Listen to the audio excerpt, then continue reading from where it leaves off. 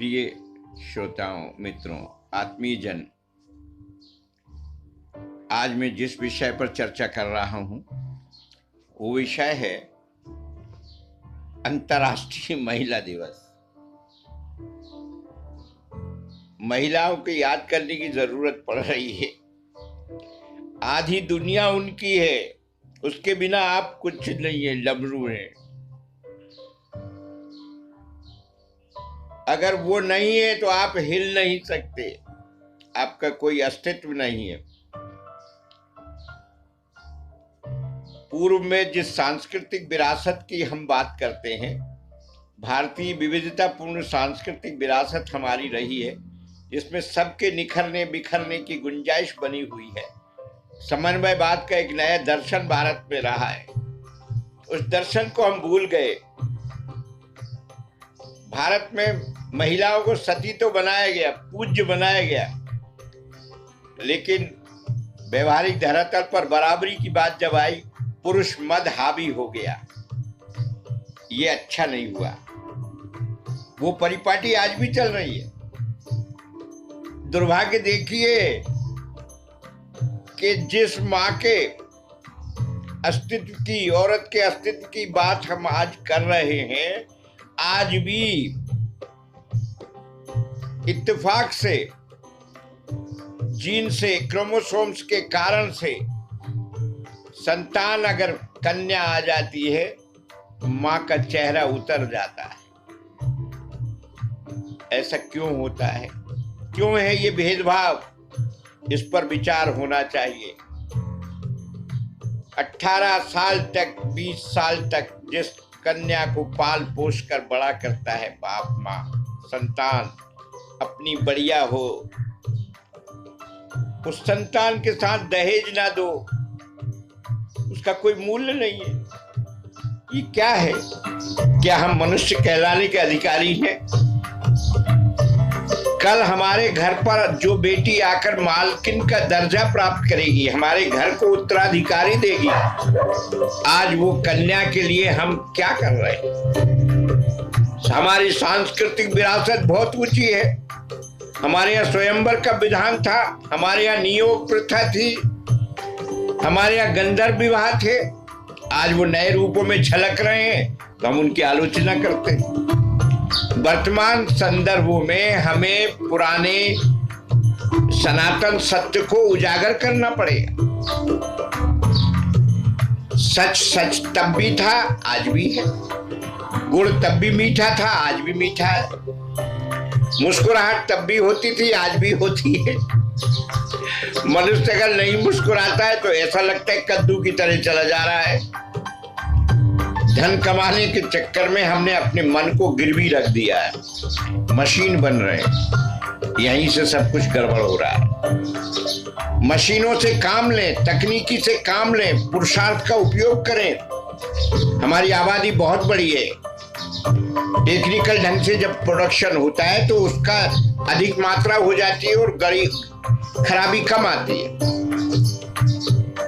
लेकिन इससे बेरोजगार बढ़ गए। उनके लिए विकल्प भी देना चाहिए था। सारा भारत का एक बहुत बड़ा वर्ग गौ सेवा के लिए मरा जा रहा है। कोई गाय पालना नहीं चाहता है दूसरा पाले। सरकार गोबर खरीदना चाहती है, उसका मूत्र खरीदना चाहती है, उसके लिए पैसा दे रही है। तभी ये गो भक्त कुछ कृष्ण की रोज पूजा कर रहे हैं और कृष्ण के गो पालन के स्वभाव को छोड़ दे रहा है। कैसा दोहरा चरित्र है। जो आप है वही दिखे ना, उतना छुपाएं जितना जरूरी होता है। हर चीज मत छुपाइए, प्यार की भाषा समझिए। स्पर्श से प्यार जाता है, पशु भी समझता है, नजरों से समझता है। जो है वो बने रहिए। आधी दुनिया का आज अंतर्राष्ट्रीय महिला दिवस मनाया जा रहा है।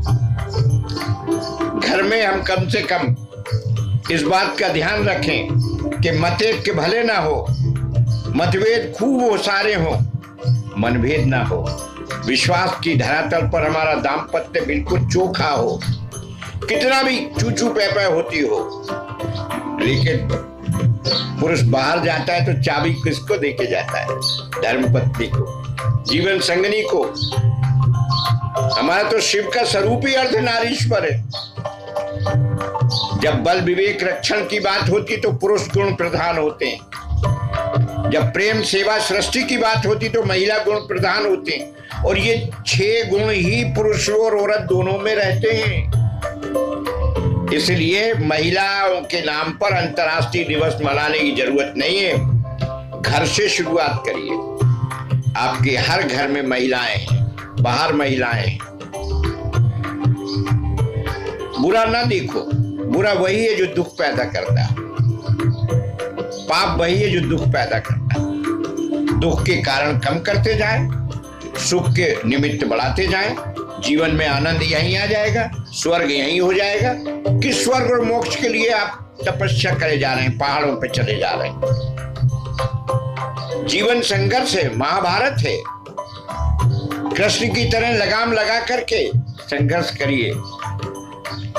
अर्जुन जैसे मन के द्वारा बहकी मत, कृष्ण की बुद्धि से काम लीजिए, सत्य को प्रतिष्ठित कीजिए, न्याय के लिए जीजिए, किसी के साथ अन्याय ना हो, सपने में भी बुरी बदनीयत ना हो। जब आप सपने में भी बदनीयत नहीं होंगे तो आप में तो परमात्मा समा गया, आप रह क्या गए?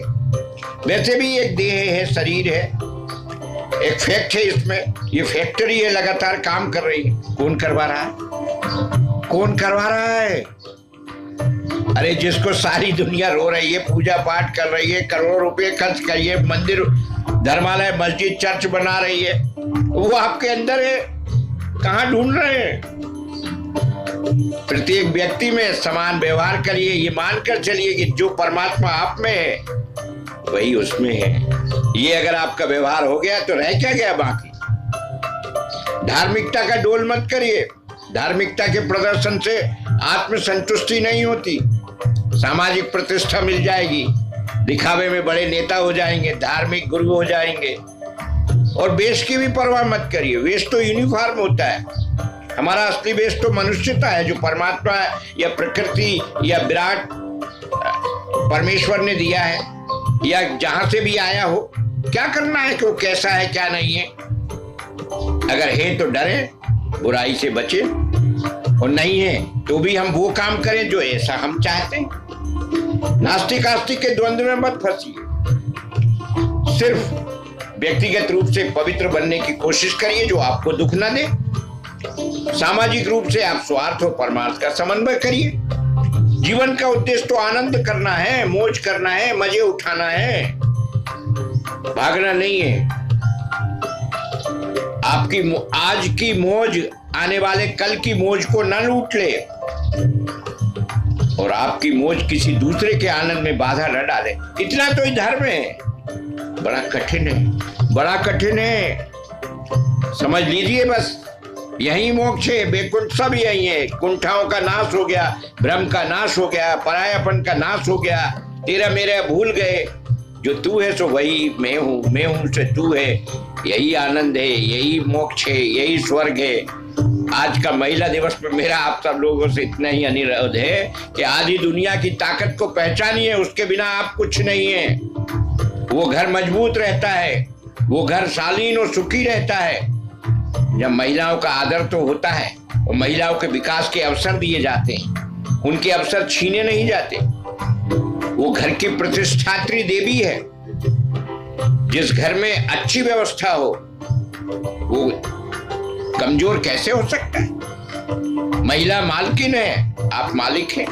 दंपति में यही तो रिश्ता होता है। वो क्या रिश्ता दास और परमेश्वर दासी वाला सती होना होता था। ये सब बेकार की बातें हैं, आउट ऑफ डेट। वर्तमान में नर नारी एक प्रवाह है तो दूसरा किनारा है। चलो हम सब मिल करके आधी दुनिया को सलूट बजाए। माँ से शुरू करें, बहन से शुरू करें, बेटी से शुरू करें, पत्नी के साथ जिए। संपूर्ण जीवन यही है। चारों पुरुषार्थ आपको करना पड़ेगा। अर्थ, काम, धर्म, मोक्ष। अर्थ और काम पर निमित्तिक होते हैं, ये भी सुख देते हैं। धर्म और मोक्ष स्वाधीन आनंद देते हैं। हमें लक्ष्य नहीं पता है। बहुत सारे धर्म कहते हैं मोक्ष मिलेगा नहीं, स्वर्ग कहाँ है पता नहीं, लेकिन साधना कर रहे हैं। डिग्री का पता नहीं, कॉलेज का पता नहीं, लेकिन पढ़ रहे हैं। ऐसे दिग्भ्रमित लोगों से बचिए। ध्यान का अर्थ होता है कंसंट्रेशन, मेडिकेशन का अर्थ होता है तनाव मुक्ति के लिए चिंतन। कोई व्यक्ति कहता है कि शून्य में आ जाओ, झूठा है। वैक्यूम अगर होगा नष्ट हो जाओगे आप। कहीं कोई वैक्यूम नहीं रह सकता। वैक्यूम में कोशिश ये करिए कि पहले से अच्छी चीज भरिए। आप रह सकते हैं भूखे? कैसे रह सकते? खाना खाना पड़ेगा आपको। इसलिए आपको सतत प्राकृतिक नियमन, रेगुलरिटी को मेंटेन करना पड़ेगा। जब परम सत्य परमेश्वर आपके शरीर की दैहिक प्रक्रिया को लगातार जारी किए हुए, तो आप उस संसार से भागने का ढोल क्यों करते हैं? क्यों ढोंग करते हैं संसार से भागने? संसार निस्सार है, संसार बेकार है, संसार में कुछ नहीं है। अरे संसार का नाम ही तो संसार है, जहां सार है। तुरंत कल मर सकता है। उस आदमी से कहो कि आज दवा मत खाओ, कल मरने वाले हो, वो कहेगा नहीं शायद ठीक हो जाऊं। क्यों उसकी आशा तोड़ते हो? आशा के संसार को बनाए रखो, आशा के तार को अमर रखो। अपेक्षा, अधिकार, आग्रह न करो, राग देश न रखो। वैराग्य हो, अति तृष्णा से बचो, वीतरागिता हो, कमल की तरह जियो। हर हालत में चेहरे की मुस्कान को बिना मत करो, मुस्कुराते रहो। आईने में देख के खुद से बातें करो। खुद के प्रश्नों का जवाब खुद मिल जाएगा अगर परमात्मा को आपने अपने अंदर बिठा लिया तो। मेरा आपसे इतना ही निवेदन है, इस जीवन को शानदार जियो। आज को ऐसे जियो कि कल हम सब उठे तो हमें अपने गए कल पर गर्व हो, और आज गए कल से बेहतर जिए। महिलाओं का आदर करें। जिस समाज में महिलाओं का आदर नहीं होता, प्रतिष्ठा नहीं होती, वो कृतज्ञ बेईमान समाज होती है। इस्लाम कहता है माँ के कदमों में जन्नत है। फिर कैसे हमारी नीयत खराब हो जाती है? बदनीयती ही धर्म का सबसे बड़ा प्रभाव होता है। जो आदमी बुरी नीयत नहीं रखता वही धार्मिक है। वो किस रास्ते पे जा रहा है उसे लक्ष्य का पता है।